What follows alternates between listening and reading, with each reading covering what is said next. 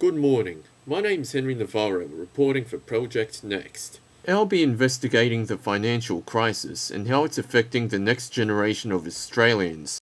I spoke to Ross Cressini, a bank manager from Westpac who I'd hoped would explain the situation. So the financial crisis. What is that? Look, the financial crisis really stemmed from the subprime mortgage market in the US, where people were being lent money that they literally couldn't afford. And that's caused a shortfall in, I guess, liquidity I tried to comprehend what this man just said to me. I tried. Really hard.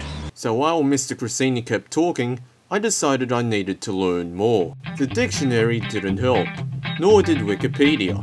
It was all to no avail. Try as I might, I could not wrap my head around the magnitude of the problem. I failed to understand the fancy terminology, and failed to come up with any strategies that could help the economy.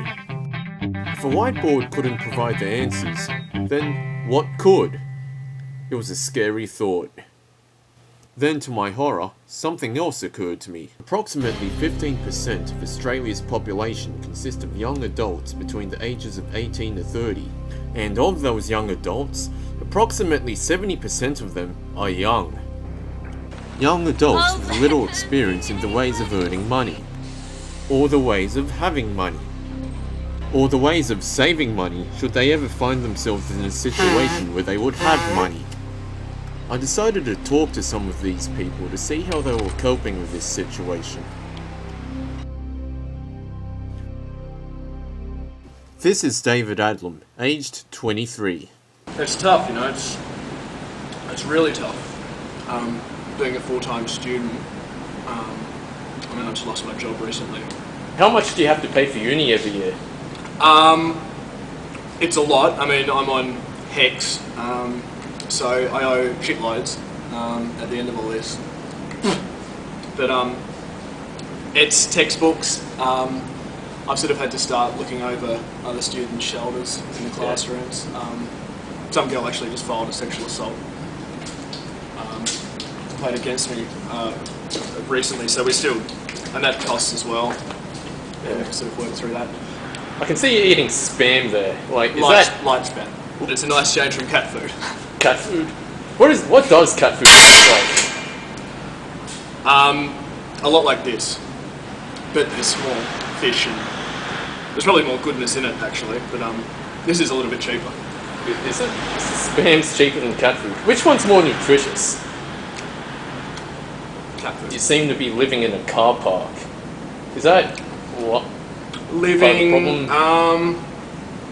Yeah, I am. It's just for a while, just while I sort out. I mean, my rent was so far behind that. For how long? How long have you been living here for? 6 months.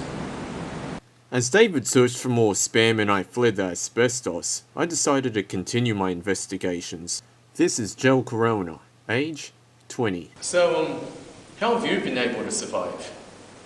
Don't know. I found his answer intriguing, so I decided to give him the last say. Okay, are we as a generation screwed? Yeah.